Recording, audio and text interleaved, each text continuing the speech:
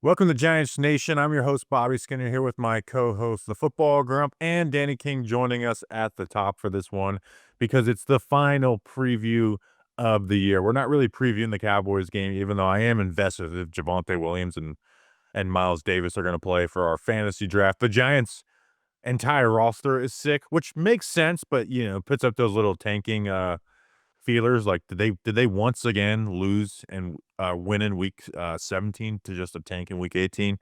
But how are you guys doing? The season's coming to a close. Danny, I'll start with you first. How you doing? You were just at the worst weathered Rose Bowl and played game Rose Bowl in a long time. Yeah, it rained. It was Did you predict horrible. that? No, I predicted a little bit, but luckily it cleared up by the time at least the game actually kicked off. But like the morning was brutal. But I'm good. I'm excited. This Giants season is finally over. That might be a little bit of a what goes around comes around. It's like, Yeah, you gave all these bad weather predictions and you have to sit in the rain at the Rose. the one Rose Bowl. Grump, how are we doing as we get into this final episode? I mean, this final episode it's big, right? So we have their final segments. We are giving away the Toney Award, the fifth annual Toney Award. We're doing the Mr. Brownstone Listener of the Year for the first time on the podcast, and then we're gonna give some of our final thoughts and predictions on Joe Schoen's future. Grump, how you doing? It's bittersweet, man. Happy New Year to everybody. I hope everyone had a safe and fun New Year last night as of the time we're recording this. But, it sucks because this is the last episode with the boys. This is the Thursday night one was always my favorite, previewing stuff, chopping up with you guys. Now it's going to be quite a while until we get to do this again. And that really stinks. But and on the flip side, this season is thankfully being brought behind the shed and shot dead. So, I'm ready for 2026 New York Giants football. I think that we've all been ready for a little while. So, like I said, bittersweet. I got the boys T-shirt on, by the way. This is the copyright when we put up for one day and then took it off so we didn't get arrested. Uh, so yeah, it's been a crazy year. First year Giants Nation show on the season. The Giants have been pretty terrible. But so before we get into this Joe Shane stuff and everything that goes with this final podcast, I do like to do this on this episode every year. And a genuine thank you to the listeners, viewers. There's becoming a lot of viewers now. They're not just listeners like when we first started the podcast. Me and Danica. In fact, I went, at the end of every year, I go and look at I record the numbers. So I have a Google Notes of every year's averages for this part of the episode. I mean, me and Danny were averaging 500 listens per episode the first year we did the podcast. So it's been awesome to see what it's become. But the listeners have rocked with us this year. And this isn't just, accumulation of, well, it's just the show is the show. We started from zero. We start from flat out zero. Our Instagram and Twitter went from 0 to 20K in 9 months. The Facebook, which was the one thing we got to keep, because I guess once you create a Facebook and it's your personal Facebook account is linked to it, they can't take it away from you. That went from 21K to 55K.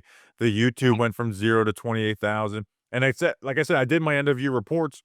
We averaged more views and downloads per episode than what we did with the other show in 2024, despite, again, starting from total scratch with no YouTube, no podcast feed, losing socials that I built up to 60,000 followers. So, and people have come at us here and there this year. It's been a crazy year, and the listeners have had our back like nothing I've ever seen. They showed up the live shows for, Charlotte Motor Speedway, south of the border, the Sussex County Miners, and then Shannon Rose in Clifton, New Jersey. So, a genuine thank you to the listeners who have made, despite the Giants being bad, make doing this fun.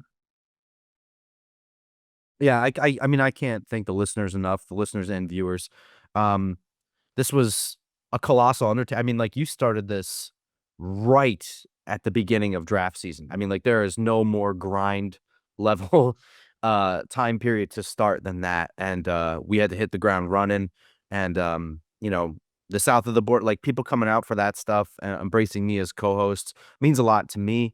And your continued support through another season that honestly, like, doesn't really deserve your time and attention from the New York Giants. You know what I mean? But you've still hung with us through all that garbage. Like, we've had to hang with it. And I appreciate all that support. I really, really do. Yeah, and once the Giants hopefully ever get good again, the show will take off, right? The numbers will be great. Like, things will be better. But because they've been so bad, I think we've probably gained the most diehard listeners of a team show in the world that has like any success. So we got a bunch of A1s from day ones. There's still, I wonder how many of those 500 people that were listening to us on average, Danny, in 2019 are still here. I know there's some, Frank the Tank, and I'm sure a few others. But it's been fun, and then restarting and doing it again has been fun. And very thankful to the listeners, Danny. Oh, you got a shot, especially like you said, you started this in April, height of draft month, had to rebuild this thing from the ground up. The Giants did not make it easy for people to want to tune in, like Grump said, but they kept showing out to your all's live shows. So it's been fun to see you grow. And I mean, like you said, maybe one day if they're ever good, the show's about to go take a rocket ship to it. But yeah, it's excited to see what 2026 will bring for this show. Yeah, and hopefully for the Giants as well. Did Kevin Harlan saying Marcus Embo remind you of Danny announcing the Marcus Bo pick on the draft streams?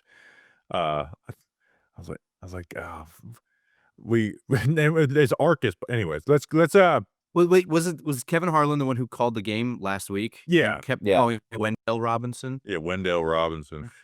It was I was saying this on the Jordan show, that it was very clear that they just did no work for this game. Trent Green was like, yeah, Dart was 7 of 13, and he only had 33 passes. So yeah, barely hit 50. Like, he was just reading the stats for the first time as that game started.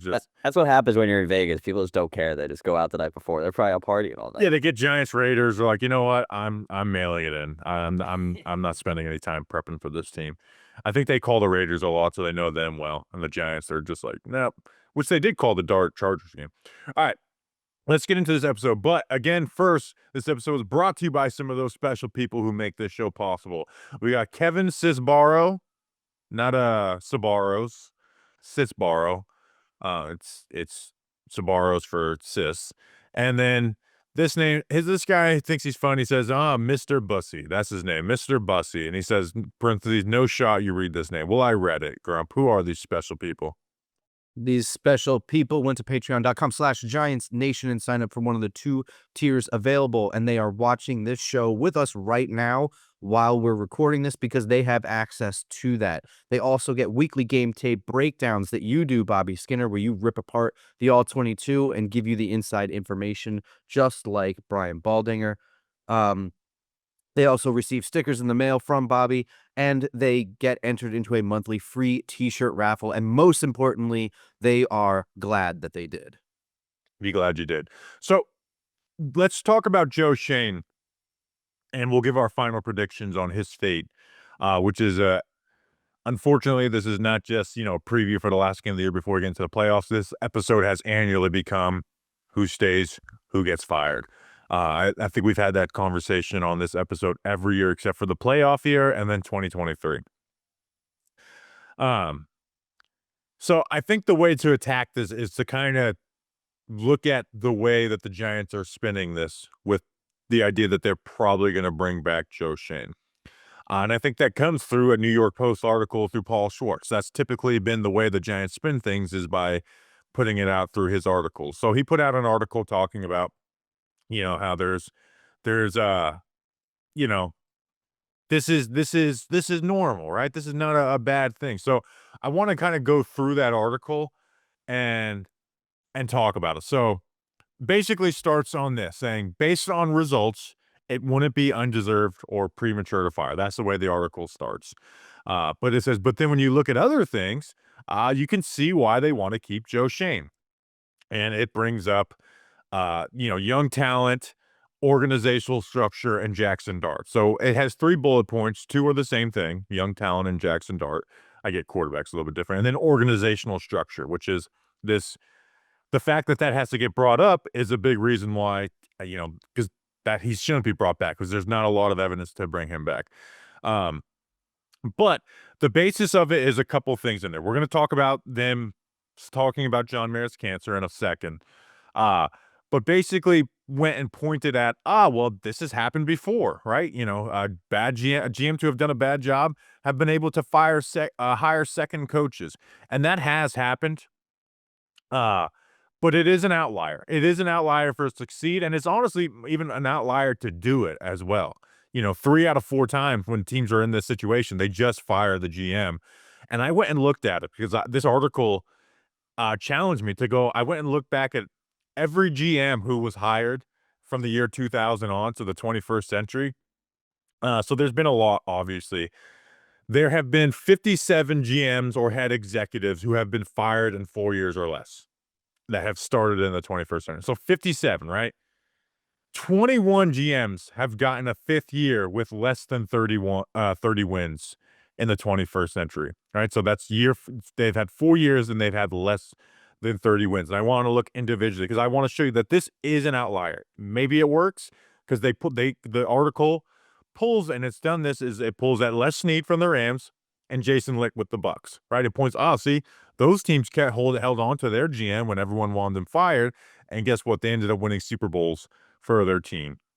I do find it funny that one needed the best head coach or the best quarterback of all time. The other one has what I have been saying for the last few years is that he has the best head coach in Sean McVay.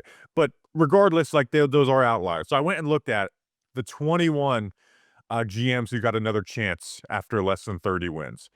So we'll go from best to worst, like least amount of wins. And then Joe Schoen's at 21 wins. So he's on the ball. He's on the lesser end of this spectrum of 21 coaches. Mickey Loomis, 29-35. They were in the conference championship in his 4th year. And Duke Tobin with the Bengals, 29-35. They were 11-5 in his year 4. He's still their GM because the Bengals are just, they hold on.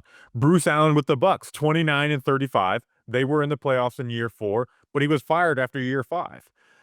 Terry Fontenot with the Falcons, 29-38. Currently, this is year 5 for him right now. They're currently 7-9. So now we go outside of the guys who would just, have one less win than 30 wins. Chris Greer with the Dolphins, 28-36. Year 4 was that planned tank year with Brian Flores. Remember that year? They've had no playoff wins, and he's been fired in 10 years. So no success for Chris Greer. Les Snead, here we go, outlier. 27-36-1. They were 4-12 in year 5 before hiring Sean McVay in year 6, and then they had the Super Bowl in year 10. So a success story getting Sean McVay in there. Les Snead is a good GM. Even that was a little complicated, though, because Jeff Fisher had personnel control in year 2. Tom Telesco with the Chargers, 27-37. They made the playoffs twice in years 5 through 11 with 1 playoff win. That's not a success. Jerry Angelo with the Bears, 27-37. They were 11-5 in year 4. Ryan Pace with the Bears, 26 wins. I'm going to stop saying the whole thing. They were 12-4 in year 4. Nick Caserio with the Texans, 27 wins. They had 1 playoff games in years 3 and 4. They're currently in the playoffs this year. Bob Quinn with the Lions, 27 wins, fired in year 5. Tom Donahoe with the Bills, 26 wins. They were 9-7 in year 4, fired after year 5. Mark Dominic with the Bucks, fired after year 5. Bruce Allen with the Commanders, 24 wins, never made the playoffs after his 3rd year. Jason Licht with the Bucks, 22-42, missed the playoffs in year 5 and 6. They ended up winning the Super Bowl in 2020. So that's an outlier. Here's the thing, though. Even within that outlier, Grump, you think Joe Schoen can afford to miss the playoffs 2 more years and they're not going to fire? Even within that outlier, that wouldn't work for this situation. Martin Mayhew with the Lions, 22 wins.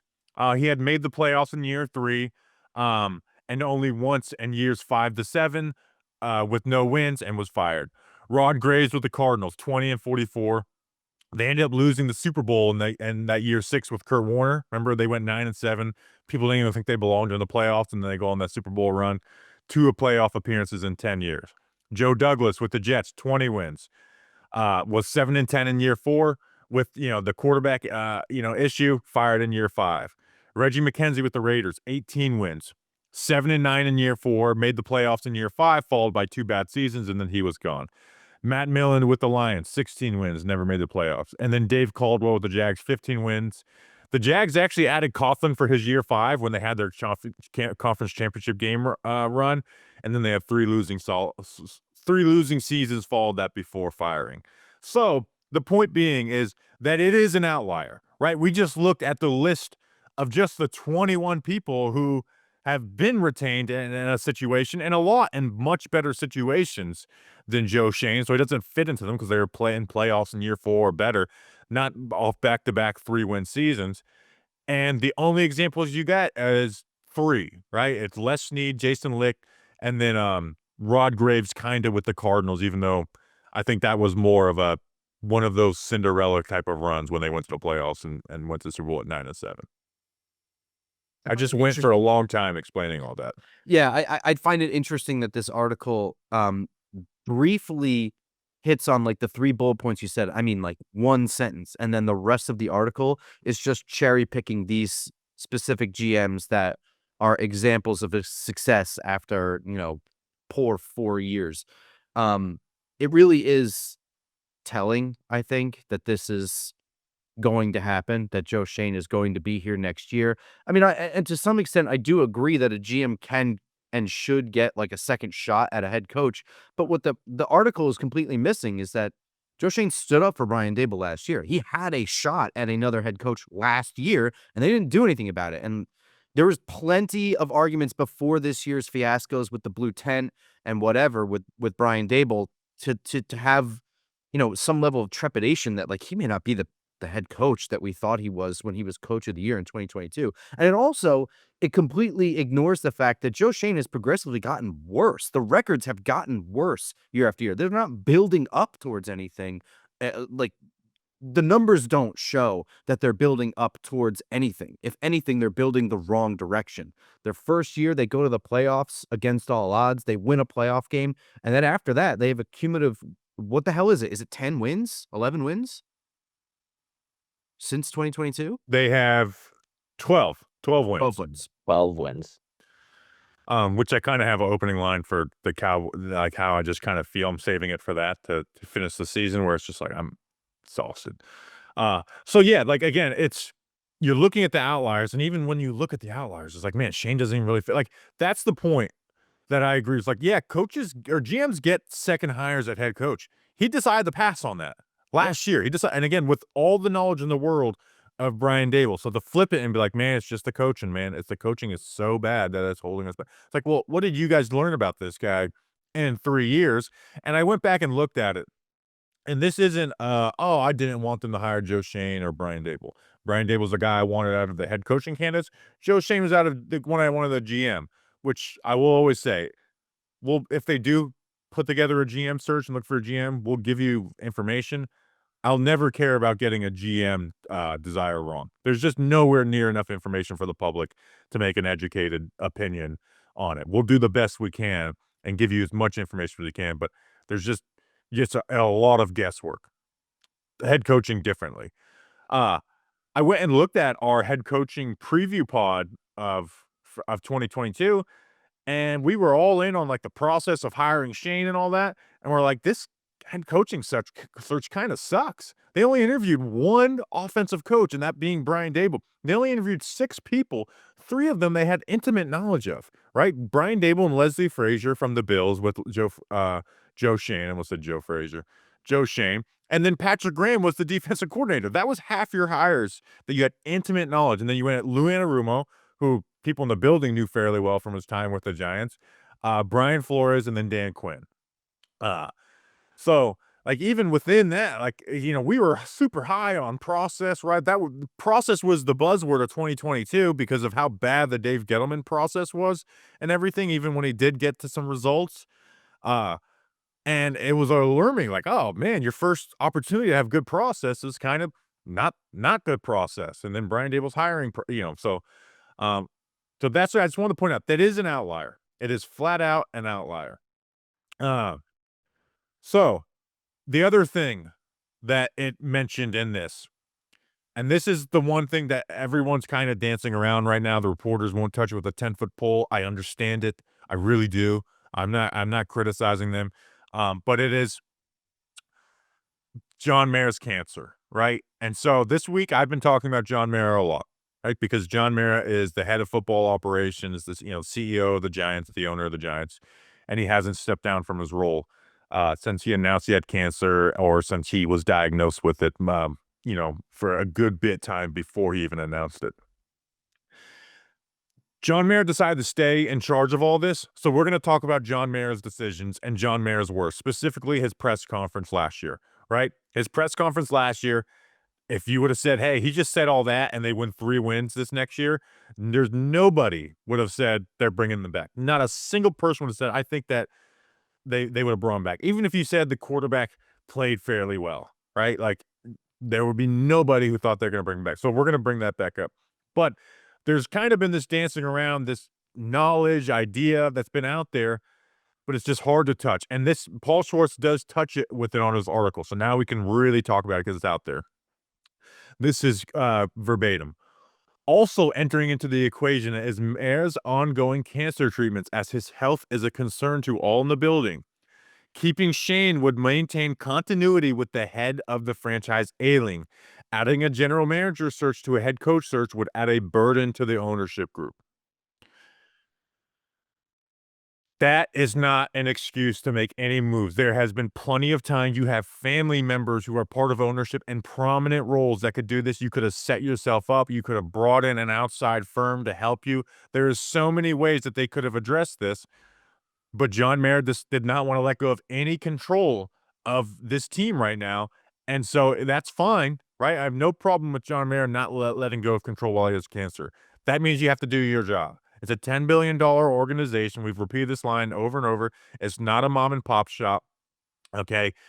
But the reality is there's been plenty of time. If this happened 2 weeks ago, Grump, I actually be like, man, I get it, right? This is not the time. It's extremely unfortunate. I don't believe in Joe Schoen, but I understand this. This was announced in September, or it might have been the first week of October. But they knew it before They it was knew. announced. I knew it well before, right? And I'm not, I'm not plugged in or anything, so I knew it before, which means the word of it being an actual issue, had gotten out at that point, and that means that diagnosis was probably well before. This has been known about. The situation the Giants are in has been known about for a long time.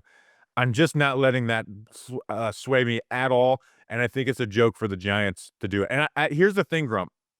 People are saying, "Oh, you can't use that as an excuse." I don't think it's an excuse to Grump. I really don't. I really think it's an actual reason why Joe Schoen is staying. Like, I know Mara wants to keep Schoen, but I really think that's a reason why. Like, Mara's presser last year, how flat out bad they are right now. I'm not saying that Mara hates Joe Schoen, but I really think in a normal year, others would talk some sense into him or have the desire to talk some sense into him and not upset him, or not worry about upsetting him while this. And that's just not happening this year. Like, and the reality is John Mayer simply doesn't want to do a GM search while having cancer. And despite knowing this for well before it went public, he doesn't want to let go of control either.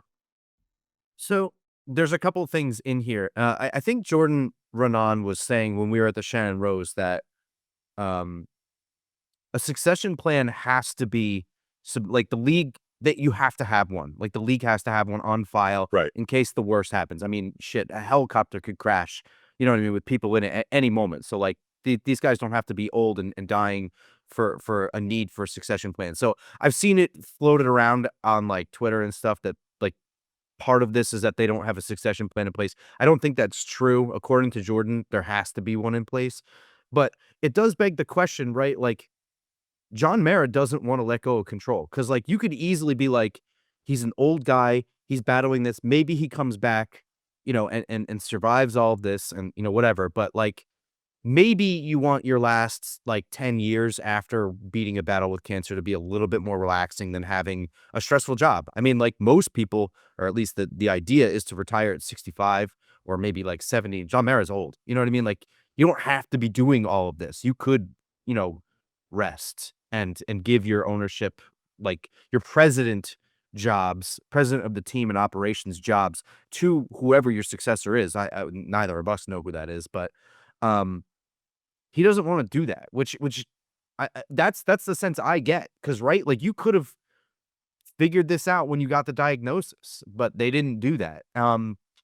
And yeah, I mean, I agree with you. I don't think it's excuse. I think it is real now that it's being put out there like that. And at the end of the day, like, it sounds heartless or whatever to be like, give up your job, but like, it's not really heartless. Like, You don't have to give up your job. You can step down and let someone else run the business while you're dealing with this. well, but so here's the thing. I understand at least the idea that you're going to step away for a short period of time and come back after your treatments and let your stand-in make a franchise-altering decision that's going to change the next 5 years of your franchise, of your baby. I can understand being like, no, I don't want someone else to make that is too important a decision for my stand-in to do that. I do get that sort of like line of thinking. Um, but like I said, like, he's an old guy anyway. Like this successor has to come in, I'm assuming in the next 10 years. And You could let other people do the legwork too, and not be the forefront of the search as well too. Like he doesn't need to make you don't need it to be at full strength to make the decision to fire Shane, and you let people do the legwork for you on looking for the next GM. It's probably why it made sense to maybe fire Joe Shane earlier, and really just get all the formalities out of the way and get this thing rolling, and hiring somebody to come in and help you with that. That's teams do that when they have fully healthy owners. So it's just, I think it's not an excuse. I think it's a legitimate reason why this is happening. Not saying that if John Mayer's at full health, he wants to fire Joe Shane. I think he's very complacent and cares a lot about being comfortable. I just think in a normal year, I think he'd give into it and not do it. And I think there'd be other people in the building who would probably challenge him on it and into doing it. But so it is what it is. We'll know the full fate on Monday. Let's give our final predictions on Joe Schoen and then Mike Kafka. So we'll start quickly with Mike Kafka. Danny, what do you think is going to happen with Mike Kafka? Retain as head coach? Obviously not. Retain as OC, or just the Giants move on from him? I think the Giants just move on from him, and I think it's better for Kafka to also just move on and get a fresh slate, because his Giants' time here was so weird. He would call in plays and a not call in plays, he get in the play, calls back, just move on, start fresh. I wouldn't mind if he was retained solely as an offensive coordinator, but I'm also in the mood to just wipe this Brian Daboll era completely away and want Kafka gone. Yeah, I fall in the same boat. It's just better to move on. You're bringing in this head coach, and you think this head coach is supposed to change everything. Don't push an OC on him, Grump. I fully agree, and I also think it's hard for everybody if he stays. It's weird environment for Mike Kafka to be in the time he's been here. It's weird for the players, right? To have this guy step in as head coach and being not an authoritarian, but like come in here and like discipline guys, and then he goes back to being an OC. I mean, talk about ping-ponging his responsibilities around in his time here. He's the OC, he's not the OC, he calls plays, he doesn't call plays. He has a whole year where I don't know if he did anything. Then he's calling plays again, and then now he's the head coach in an interim level. Like, everybody deserves a fresh start in this scenario, Mike Kafka included. I don't think that he stays in any capacity. I don't think he has any desire to stay either. But we've said that before, and he ends up staying. So, like, They gave him a raise, didn't they? Didn't they pretty much pay him a raise. ton of money and make him an assistant head coach just so he would stay? I agree, but I can also see the Giants' way as pushing coordinators on. They've done it to all of them, except for Pat Shermer, because they did at a full. I mean, they pushed McGahee and Graham onto Dable. They push Garrett onto Judge. That's just kind of, and McGahee to Judge as well too. McGahee was a holdover from Shermer, so they like to do that. It's a very, and especially because I think we all think they're probably not going to hire an offense coach unless maybe like Kevin Stefanski or somebody comes free. So I don't know. I could see them, talking about continuity, and this is our way of not repeating the Pat Shermer mistake. Is keeping the OC that Dart had success with, even though we all know Dable has a big part, a visionary for the offense. All right, let's do it with Joe Schoen. Danny, what is not your desire? Actually, put your desire on record too. I know we all know, but what's your desire and what is your prediction on Joe Schoen? My desire is that he is no longer at working at Giants Drive come Monday morning. What will happen is what you guys have basically laid out. He'll be here. He'll be here. The propaganda machine has laid out the plans for him to return. Like we hate to say it, but I mean, John Mayer's health is a clear factor in everything here. If that wasn't the case, I think Joe Shea would be gone. but for the sake of continuity and allowing things to stay status quo, Joe Schoen will be here and running this football team going into 2026. Grump. I agree. Yeah, I mean, I already put my desire on record, but I do think that he stays. John Mara's health is a part of it, and I think the worst part is I do think, without knowing who the head coach is, I do think that this team is going to do better next year than they did this year, record wise, and that means I really don't. I really don't know how much. Can it get worse? Oh, don't say that Last year, though, dude. We said it last year. We're in the exact same situation. You know what Noah thought I had? If the NFL didn't go to 17 games, they would have 2 wins in each of these years. They have both been the bonus AFC game that they have won late year, that they've won. Hell, was it even 2023? What was the bonus game that year? Gosh, so that was 2021. Who do we? I pull up the 20 time. Okay. It was somebody from the AFC West, I believe. So we played the Raiders, Chargers. Yeah, we played Raiders, Jets, Bills. This is 2023 I'm doing. So we played the AFC East. So who was the other AFC team we played that year? It was the Raiders. Yeah, Raiders. We played the Raiders in 2023. Yeah, That's what he said. I'm staring at them. We lost 30-6. Oh yeah, that was the Daniel Jones injury. So yeah, dude, three of their 12 wins are because of the bonus game over the actually no, that's not true then, because I totally made that up because the Raiders isn't a bonus game. It's just part of the AFC West. I'm an idiot. Tyrod Taylor had 8 passing yards against the Jets that year. That game was crazy. All right, so my prediction is Joe Schoen is going to stay. I think if this was a normal year where John Mara wasn't battling cancer, I think that this really would go down to the wire because the Giants like to let it go down to the wire, and sometimes they'll get convinced at last second, similar to Joe Judge. But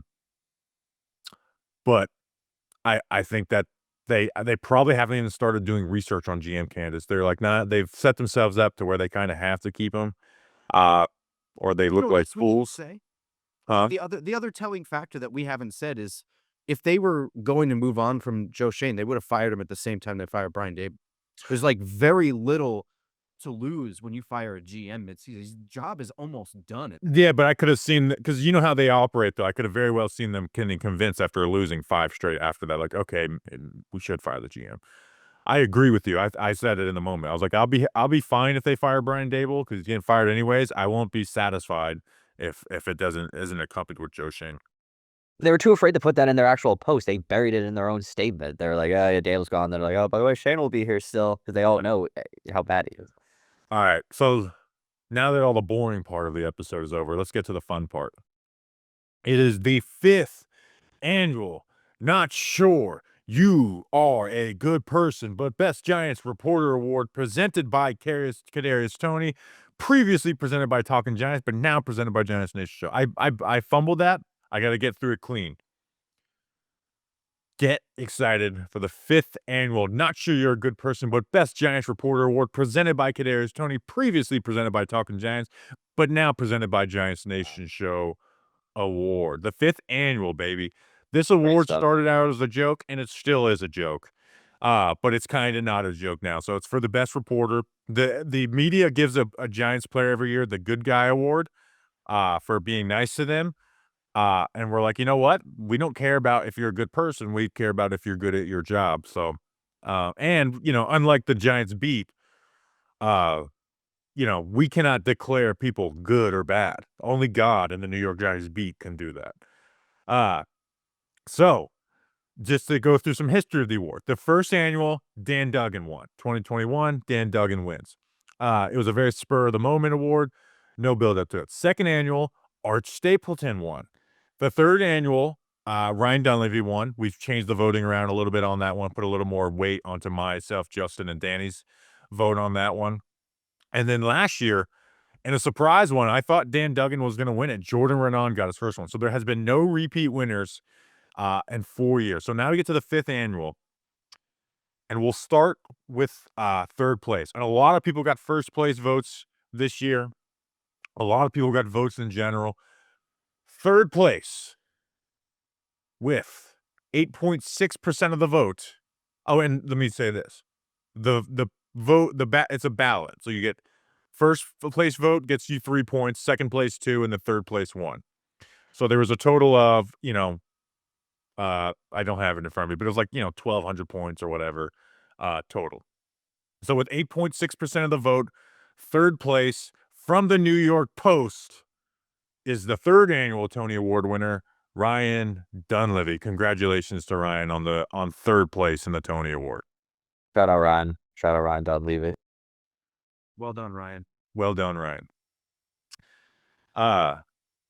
Second place and first place this year. Oh boy. This is the most iconic Toney race of all time, because I keep track with as the votes are coming in because I'm just very curious in it. This is the most iconic Toney race of all time. This one swap leads all the multiple times. I was texting you guys throughout. Whoever was in the lead, I told you multiple different names over and over again. The final vote between first and second place was 5 points, which means two people not voting could have made the difference. Two people, or this is an encouragement to vote next year. You could have changed this. You could have changed this award. So Or 5 people points didn't- total. People who didn't read the rules and put Wes Steinberg on the ballot got their ballot thrown out as well. Well, sometimes people read the rules. Grump, your mic is Danny. Does Grump's mic seem lower than it was earlier in the show, or is it just me? This thing does seem a little bit lower. All right, I'll yell. Here we go. There we go. Better now. So second place got 35.18% of the vote. First place got 35.56%. I can't believe this gets this close. So the second place goes to Pat Leonard of the New York Daily News, which means your 2025 5th annual Not Sure You're a Good Person, but Best Giants Reporter Award, presented by Kadarius Toney, previously presented by Talkin Giants, but now presented by Giants Nation Show.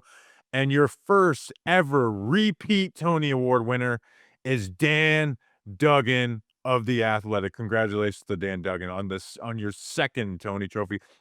Only one person will ever win it first. Only one person will win it multiple times for the first time.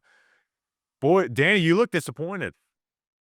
First of all, congrats to Dan. Obviously, Dan's very good at his day job, especially since he learned that airplane seats were a problem this season.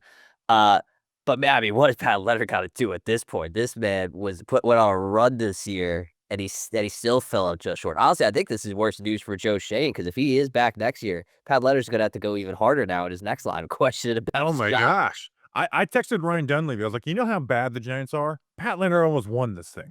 Like, that's crazy. You would have never guessed that when this thing started. Like, Dan winning is obviously, he's the winner. The storyline is how close Pat Leonard got to this.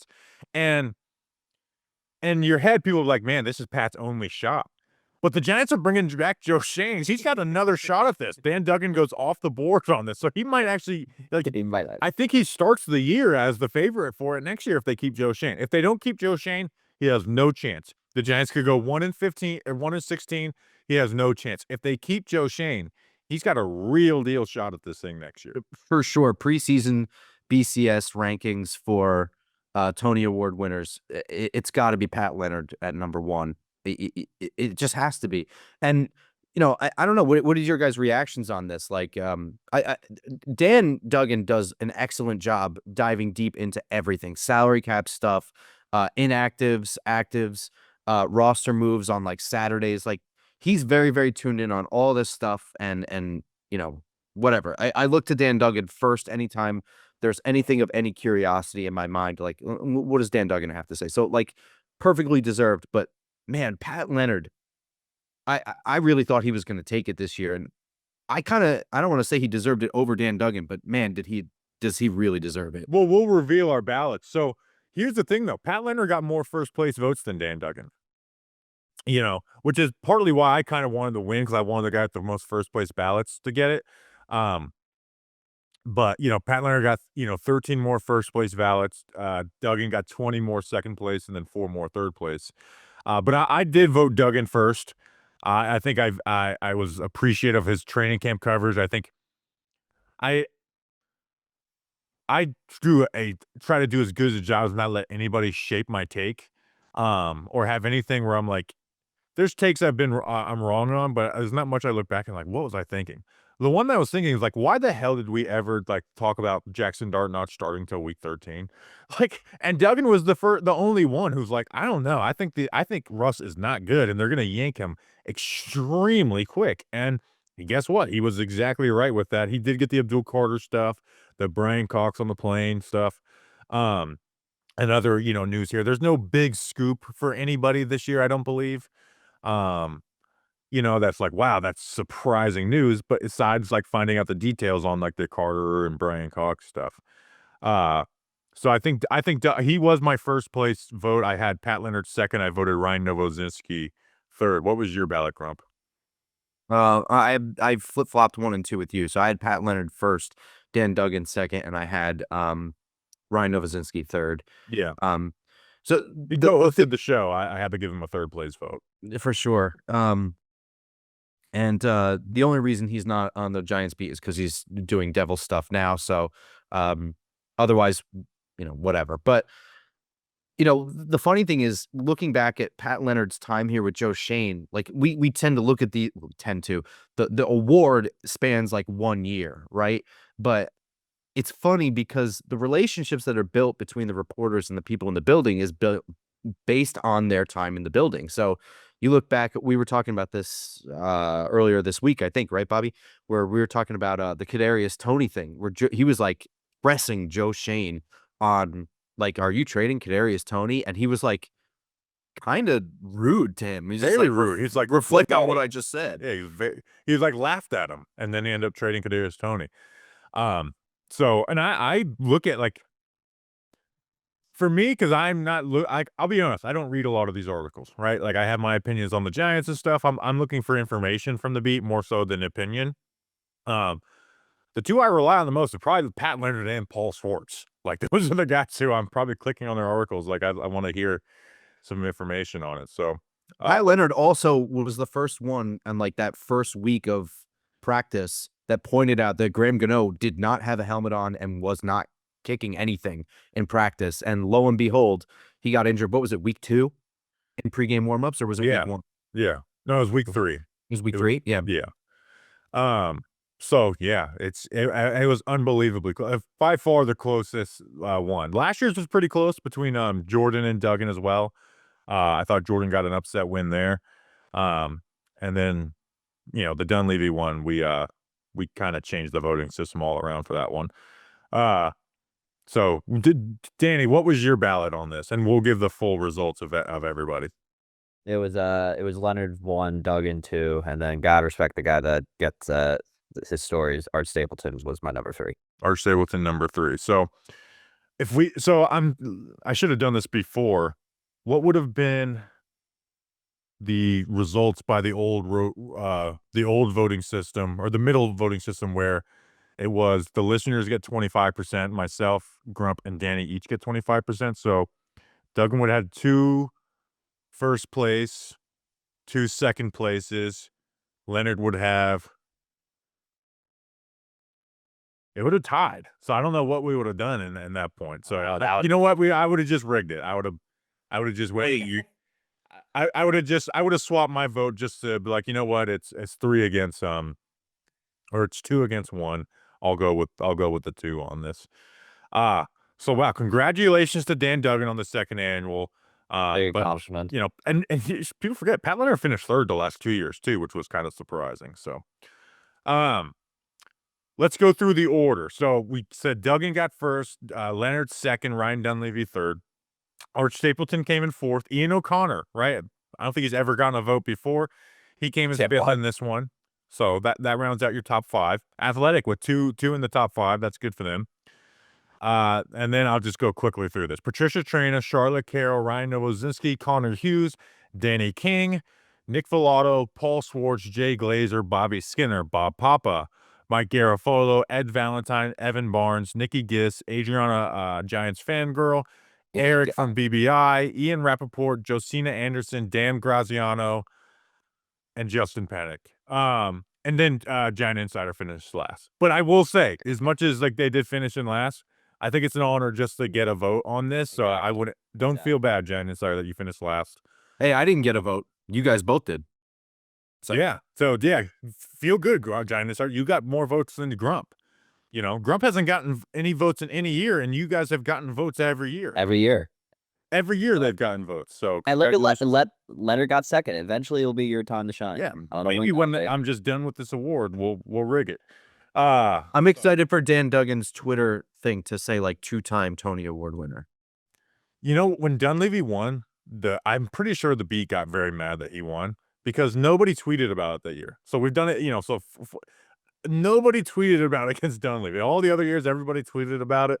That was the only year. I was like, man, you guys are salty that you didn't win this one. Yeah, what? That's weird. So congratulations, Dan Duggan, on the second annual. Still only 4 winners of it. So next year, I think here's why I don't think Pat Leonard is going to win it next year. New head coach. Nobody's going to want to hear him tear into the new head coach and look for all the flaws. Right. New head coach can do no wrong until the games actually start. So, but what if it's Lou Anarumo? What if it's a head coach that nobody wants? They could hire Danny King and people would buy into his vision for the first 8 months. No, they would not. So there's that. So we're also adding, this is taking a long time, but the Mr. Brownstone Listener of the Year, which is an award we started last year. So we didn't want Mr. Brownstone. I think he just gets his name on it because we started after like let's win some games and stuff like that. You know, he saved the 2022 New York Giants. So last year this went to Mr. Trashman, Kyle. I won't say his last name. He probably doesn't want it out there. But Kyle, Mr. Trashman, won. This year, this one is just totally decided by us. There's no vote in it. So this is the second annual. We won't do this big one. There was 2 people, and I feel bad for the guy who's not. I almost thought about doing co-winners, but I was like, you know what? That's BS. Like that, no co-winners. So if you think that you might have been second place, don't feel bad because they're generally. I've thought about it, but this year there was nobody else that could have won it. Grump, why don't you say who the Mr. Brownstone Listener of the Year is? The Listener of the Year, the Mr. Brownstone Giants Nation Show Listener of the Year award goes to Mark from Big Blue Crew Bus. So, Bobby, why don't you go into why he was the runaway winner with this one? It's just, you offer us a bus in our first year of doing this, you win the award. Like, you simply win the award. So it was just nobody else could win this, right? Like we were talking about, you know, training camp plans on an interview during the summer. So this is somebody who's listening to the very end of an episode in the summer, right? So that's a key for being Listener of the Year. And then emails me with pictures of his bus and like, do you want to use my bus for training camp? It's probably the most happy I've ever been in my life. It's like, you know, wedding day, you know, and then finding out about this bus. So he emailed me. He also like went above and beyond. He didn't just let me use it, right? He helped me out and figuring out where and when and you know, brought it to the hotel and in Florence Park. Florham Park. You know, he went, you know, he came to the Sussex County game, Miners live show with us. You know, he hosted us for our tailgate when we were up there. So congratulations to Mark. It's at, and people, he wants to get followers too. So it's at Big Blue Crew, but it's CRUE 1, the number 1. So at Big Blue Crew 1. So appreciate them. Like I said, he also made me a jersey. I don't know. Did you get a jersey? Yeah, also? Oh my gosh. Mine's in the closet. I don't. Oh, sure. Pull it out. Yeah, you got Big Blue CRUE. Yeah, and then a 1. So everyone go follow right now, and then we'll get into the final segments of the year. Also an excellent cook. When he like has a tailgate, like he does all the cooking for it. And I was lucky enough to sample like 5 or 6 different things that he made, between burgers, a pulled pork sandwich that blew my mind, a breakfast sandwich that The was breakfast sandwich was. legitimately a heart attack. Now I had to go in this, and I had to go in the truck and wipe off like frozen yolk all over my face because it was so good. But yeah, here's the jersey from Big Blue Crew. So I'll talk with Mark, but I'll send him a T-shirt and a whole package for that. So congrats. We didn't do that. Shout out. Trash Man last year. I just thought of that award. I was like, we got to give him something and just say he's the listener of the year. So, all right. Now that we've got that all the way, Danny, what's the weather looking like for the home finale, the season finale, in East Rutherford, New Jersey? If you're one of the unlucky souls that are still deciding to torture yourself to start your 2026, it's gonna be cold, quite cold. 29 degrees, gusty winds. We're talking like 20-mile-per-hour gusts, 5 to 10 miles per hour. It's supposed to be cloudy all day, so there's no sun for even a bit of warmth. Maybe it breaks through here and there, but it's just gonna be cloudy. It's gonna be cold. There will be no rain. I can guarantee you that. No rain, no snow, no hail, no wind treatment, none of that. It'll be just cold for what will be a very miserable day in general at MetLife. I think there's going to be planes for this game, by the way. No, I feel like there's got to be a plane. You know what? You know how we were like kind of anti-plane? There's not a plane ever. Now I'm back on. Like, all right, it's been a while. Last game of the season. But you know what? This is where the whole John Mayer, like, holding on, to the, running the team and stuff like that, man. I hope he pulls through, dude. Like, I really do in a serious moment. I don't want this to be his lasting memories of the New York Giants, right? This is his, this game, right? You have, planes flying over, Cowboys fans, people booing and then sticking by a decision at like 93%, because this game is going to be one of those finales, I think, that we remember, because it's going to be brutal. It's gonna be like the Commanders QB sneak type game. That's what I feel like we're about to get. Yeah. Unfortunately, we don't have anybody in charge enough that can do something that person matters. But yeah. So we'll see. What do you got for trivia this week? We're no trivia this week. I'm going into 20. We're gonna revamp it with division rivals going into this year, because we've done so many at this point. And also no one cares about the Cowboys have kicked our ass. That's for a long time. No trivia. All right. So I'm gonna. Who scored the 2 touchdowns in Pat Shurmur's final game as head coach of the New York Giants? Is that That's a great 2019? 2019. So I'm gonna do some season finale trivia. All right, so that was against the Eagles. I had to see who it was. Was it Evan Ingram? No, here's my hint. There's 2 of them. Both touchdowns were pretty sick. Both touchdowns are pretty sick. God. 2019. Trying to even remember. Yeah, I'm trying to figure out who was on the roster that year. Golden Tate was there, I think. Was he? Yeah. Let's say was there. Golden Tate was there. No, it wasn't Slayton. It would be Slayton if you're asking this question. Someone did have 8 touchdowns that year. He did. Which I went to the Citrus Bowl, the Cheesy Citrus Bowl, and I was like, wow, I'm seeing a Manning throw the ball. It's been the last time I saw this, he threw his last touchdown to Darius Slayton. And what was the question again? Who scored the 2 touchdowns for the Giants and the Pat Shurmur's last game as Giants head coach in 2019? Were they both on offense? Yes. I'm gonna say Golden Tate has to be one. Golden Tate is one. Damn, good job. I mean, it feels like the obvious answer the other one has to be Barkley, because it's 2019. Yeah, it's Barkley. So Okay. the Barkley one is him throwing up the deuces as he. Oh yeah. And then the Tate one was a great Daniel Jones throw where he's rolling to his left, like twists his body and just puts a dime in the back corner of the end zone. That was a beautiful touchdown. So both touchdowns were sick in that one. I did have I went back to the last GM game we had as a franchise, but because I was trying, that was my idea with the trivia question this week. I mean, we could do the fun, do you guys remember who the quarterback was that game? Jake Fromm. He threw a touchdown to Darius Slayton. Yeah, Darius Slay. There you go.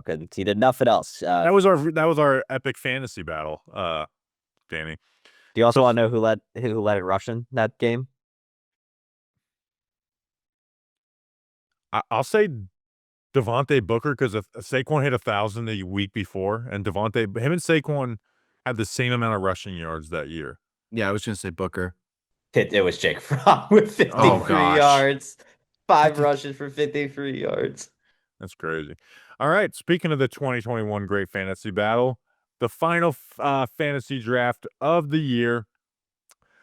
Danny is in first place with 692 points. I got screwed by Theo Johnson and Jack Betch being inactive last week, so I am in second place, 80 points back. It's essentially over. Danny has won it. It's over. Grump is 115 points back, so he's 35 points back for me, so it's not impossible for him to make a pass for second. Danny needs 8.2 points to break my scoring record, and he'll likely break my three-peat of three. I've won 3 straight, so Danny, you are the San Antonio Spurs, essentially. Like, you were the champion before I started my three-peat, and you're the champion after, just like with the Lakers.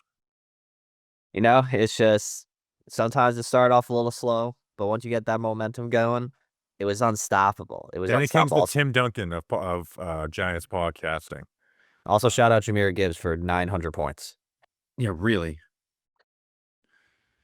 Yeah, that was really it. It really ended there. But Grump, you have the first pick this week. Who do you got? So this is not as clear cut as I thought it was. I went through and I looked at like the last I don't know, like maybe like 9 Cowboys games, and 2 guys always flip-flop, and it's George Pickens and CeeDee Lamb. I am gonna go CeeDee Lamb with this pick. But I don't know. If someone kept talking to me, I might switch my mind to George Pickens. So I'm just gonna say CeeDee Lamb and move on. Yeah, I had Lamb 1-1, but I think it's gonna be a tough one. I'm gonna go George Pickens, obviously, but I think he has the ability he's got a lot to play for, right? He's got that payday that he's looking for. Which I don't know if I'd pay him, man. I feel like he is like, if there's like, hey, who in the NFL would get paid and then become Crash a out. huge pain in the ass, it'd be George Pickens. But he gets to go against Paulson Adebo and Deontay Banks. I think it's going to be easy money for him. So I'm going to go George Pickens. Danny, your back-to-back picks. I'm gonna go. I'm gonna go Wandale first. I don't know why I struggled to say Wandale's name there. Wendell. Or Wendell. Sorry, I was thinking of Wendell. And then I was thinking Javonte, but I don't want to risk. I know he's DMP. I don't know how safe Dallas is gonna play with him. So I was gonna go Tyrone Tracy. This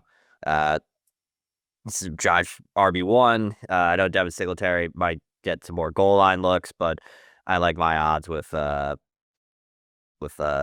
Tracy. I like my odds. Yeah, it's a safe pick when you're up by 80 points. I'm just hoping if you get 8.1 points has happened this year. I would love for you to not get it.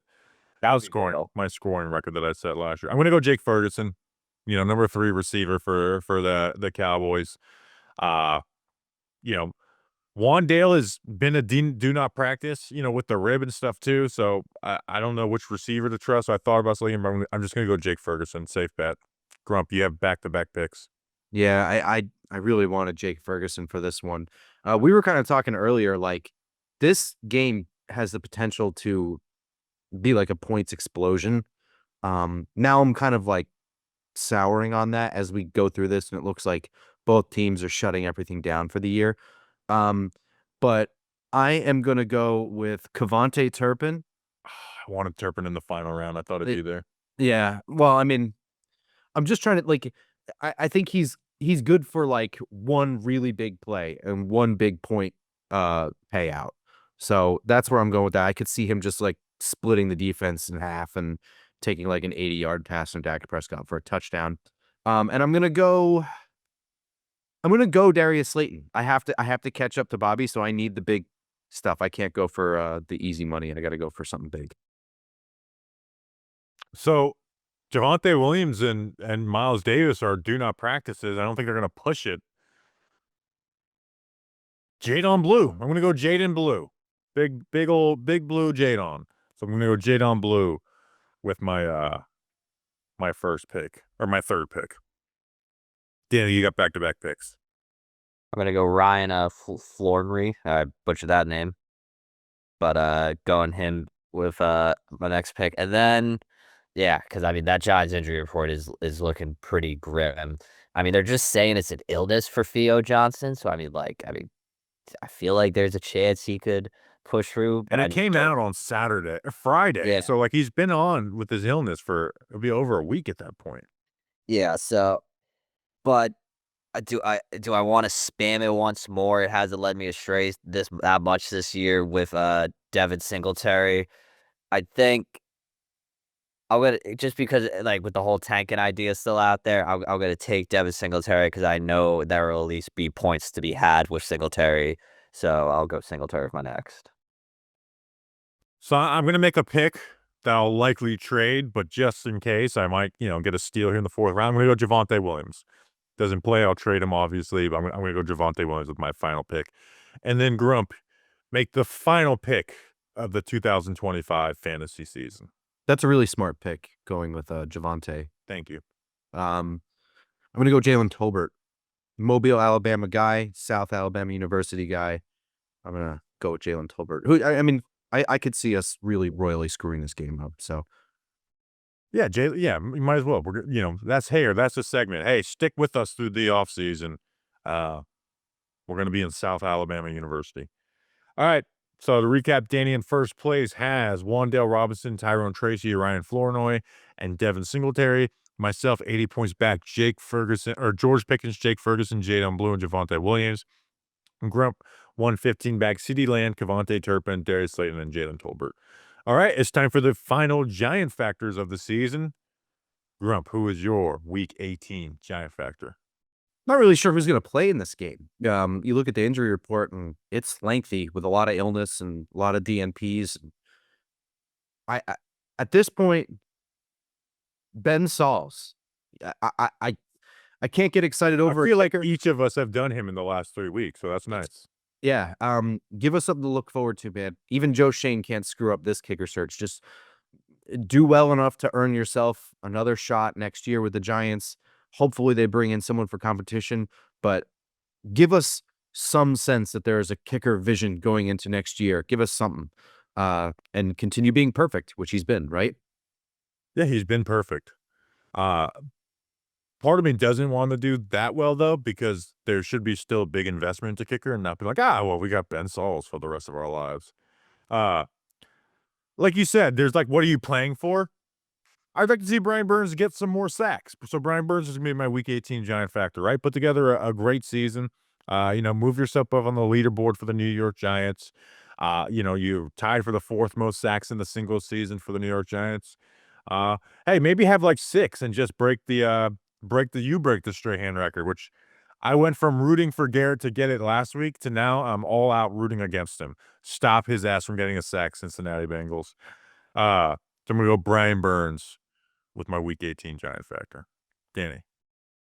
This player had his most memorable moment as a Giant last week. I can't think of many others. Let's end the season on another high note there, Deontay Banks. Maybe break another kick return. Maybe you're the future of kick return because that's how I want my first round pick to be used, solely as a kick returner.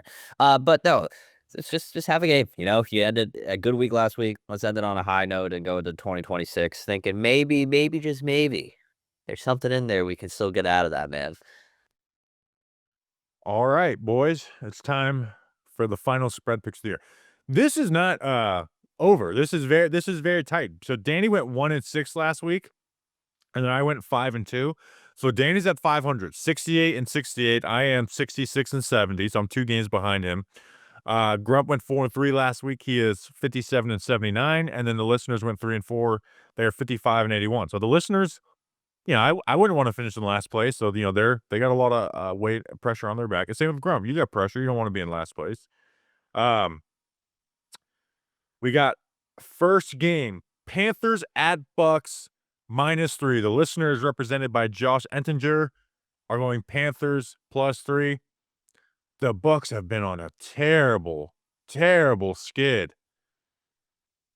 but that's just when I'm out, they pull me back in. The Bucs are going to win. They're going to host a playoff game, and I'm going to have to make the decision of if it's worth it to go to Tampa for a playoff game. I don't know yet. Giants are going to be doing a head coaching search, but we'll see. I'm going Bucs -3. Danny, who you got?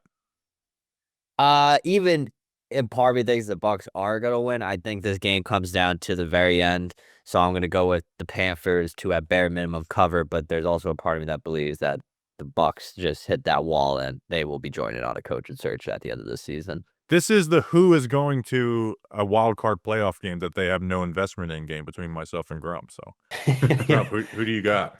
He's not gonna pick. I'm going to agree with Danny. I think Oh, you went with the Panthers. Wow. Yeah, I went with the Panthers for this one. That's his team. The Bucs are on a colossal, like, skid, man. It's like, shocking how bad it's they've been. really, really bad. And you get to a point where they were doing so well. Like, it just feels like one of those things where they just don't have the fight left in them. That's how it feels to me. Seahawks at 49ers +1.5. This is for the 1 seed in the NFC. What do you have for this one, Grump? I'm going San Francisco on this one. I know Seahawks are really, really good. I'm in on Clint Kubiak, whatever, but I thought San Francisco's last game was really impressive. Sam Darnold's one of those guys where it's like he can have all this great regular season. I think he's a choker, right? He hasn't had a bunch of ability to really show that off, but I really think he is. I think the Monday Night Football seeing goes last year against the Lions in the final game of the year and then the playoffs. I'm going to say back-to-back years he has an opportunity to have the 1 seed and he chokes in the moments. I'm going to go 49ers +1.5. The listeners agree. Danny, is it a clean sweep? Yeah, that you just use the logic that I was planning on using. He has another chance to win the number 1 seed, and I think he falls short of it. I also just like the 49ers at plus money. Packers at Vikings -7. Who would have thought a couple weeks ago that this would be it? So we don't know who's at quarterback for the Pack. They're playing for seeding, but not much more. Who do you got in this one, Danny? Yeah, this might be the gross game of the week. I don't know what to go do with this one. It's yeah. Vikings plus -7 feels like a little too much, even if it is Clayton Tune. I'm gonna go with the Packers to at least keep it close because they're just two bad teams or two bad quarterback situations.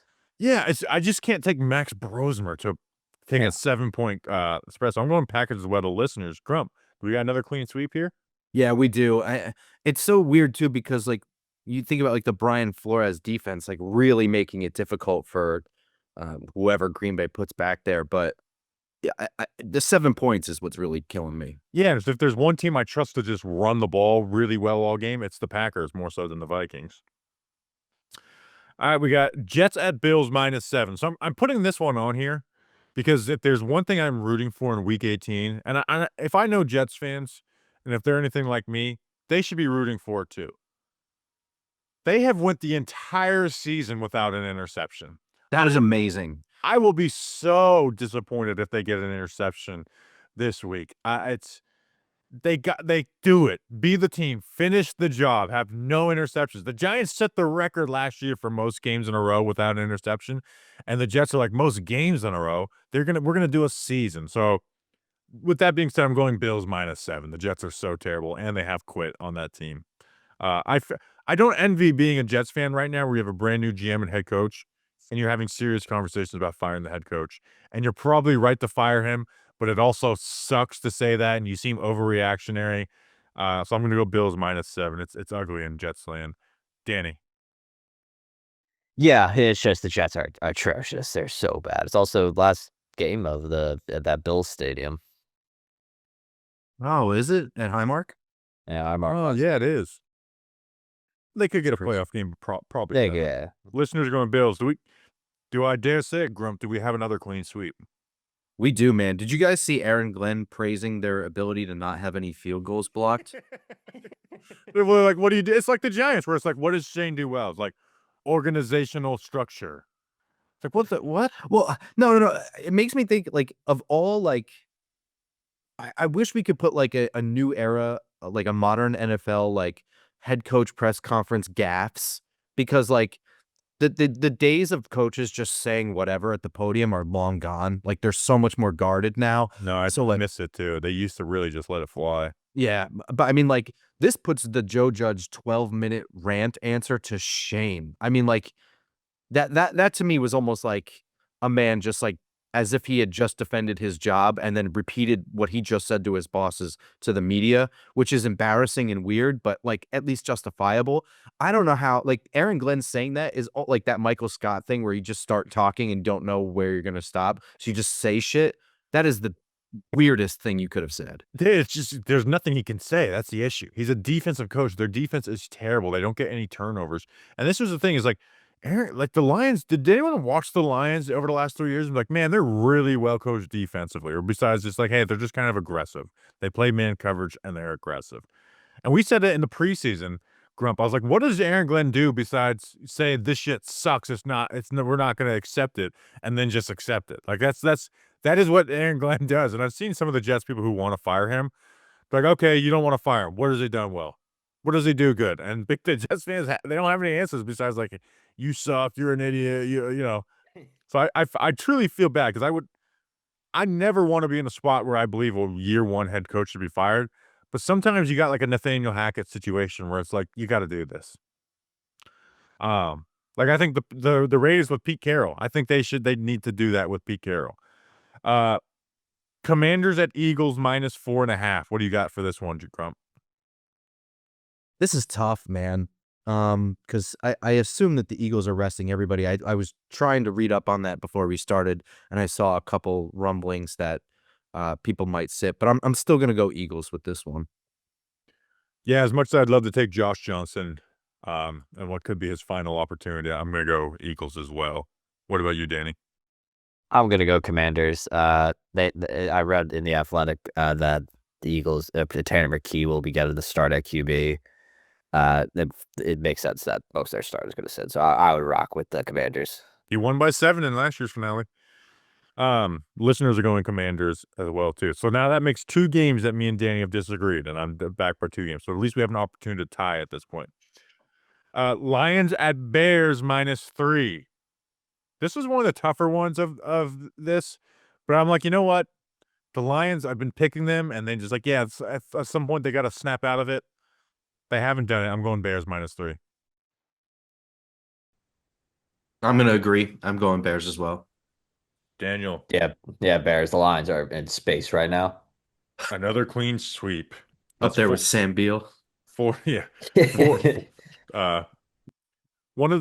There's a couple people who still remind me of it, but we used to prank call Big Blue Kickoff Live every once in a while. Yeah. And one of them was just like, I just called them, and they're talking about like, it's like March. They're talking about whatever. I'm like, Sam Beal, thoughts? And they're like, he's a corner. And then so other people started calling him and asking about Sam Beal. Like, it was the end of 2021. People were calling him and asking about Sam Beal. He was like, never got really an opportunity. Is that show still in the air? Yeah, they do it every day. I haven't prank called them since I think the last time I prank called them was when Giant Insider falsely reported that Kelvin Benjamin was stealing food because they read diapered.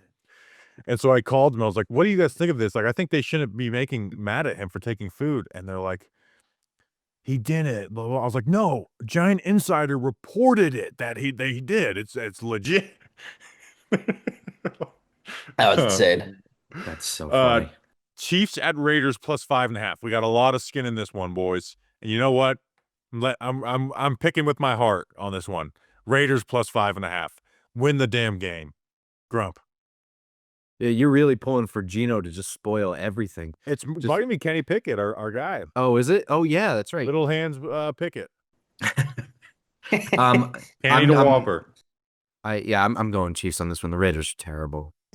One of my favorite combine days ever was his hand measurements, and everyone just like, could you imagine just everyone's roasting your little bitch hands all day?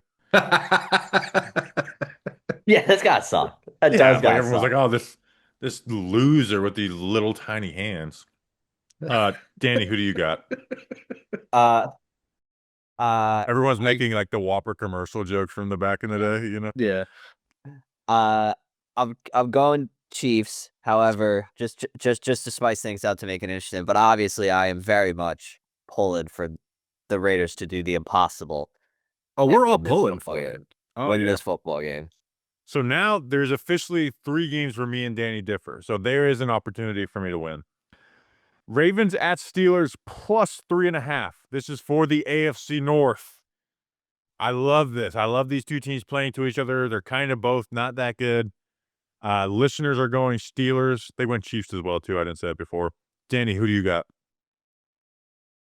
It sounds like Lamar's gonna play. I mean, he has to play. It'd be kind of. I don't know how Who's bad playing? I don't know how bad his back contusion is, but if I had to, no way Aaron Rodgers last season has him missing the playoffs. I just don't see that happening. So give me Aaron Rodgers. Do we think the loser of this game coach gets fired? No, Tomlin is not getting fired. Harbaugh, I think, is a question mark. Yeah, but I still don't think he is. Yeah, Grump. I'm gonna go Baltimore on this one, but I don't feel very confident about it. This one could go either way. I'm actually just excited to watch this game. Yeah, me too, but I'm going to go Ravens as well, too. They should be better. They have a much better quarterback. And the Steelers suck, okay? They're just not good, okay? Every once in a while, they put together this game, makes you think they're good. They're not good. So this is what the Steelers do. They're either losing this game or they're losing in the wild card. So I'm going to go Ravens minus 3.5. All right, so that's spread picks for the year. Me and Danny differed on 4. So that makes me a little nervous. Final score predictions of the year, which is also kind of a record prediction as well, too. Danny, what do you got? I just Dallas Cowboys at New York Giants, 1 o'clock, MetLife Stadium. Thank you, NFL, for putting us at 1 o'clock, by the way. Yes, shout out. The only question I have is what is Dallas's game plan going to be? Like, how long are they going to let Dak play? Because they kind of hinted that he might not play the entire game. Because they obviously want the Giants to win this game. And I'll be honest with you, I feel another culture win coming. I feel another culture win going down the pipe. I'm going to say the Giants are going to win this game. Giants 27, Cowboys 24. Grump. Fuck Danny. I don't like that at all. I don't want to hear that in the space. Can I tell you? So we haven't talked about this, but if Joe Schoen returns, winning this game changes everything, I think. Because if Joe Schoen returns and they have the ability to trade down, I think if you do everything really good this offseason, it's a great opportunity.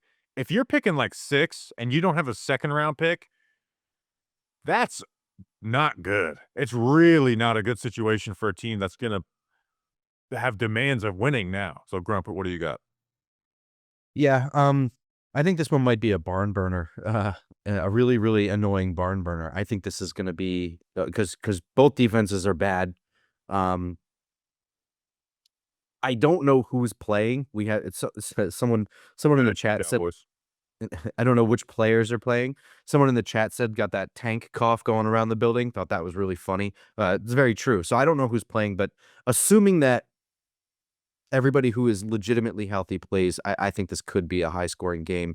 I'm going to go Cowboys 35, Giants 30. One last one for the books. Hopefully the Giants can make these score predictions a little more fun this year. Appreciate you guys for making this all possible. We'll be live putting an end to the season Sunday night, and then we move on to the offseason, where I'll be honest, I think we do a great job in season. I think we do a better job in the offseason. So we appreciate you guys. Going Giants 77, Cowboys 0. Thank you guys for sticking with us. We'll see you guys when we see you. Until then, let's go Big Blue.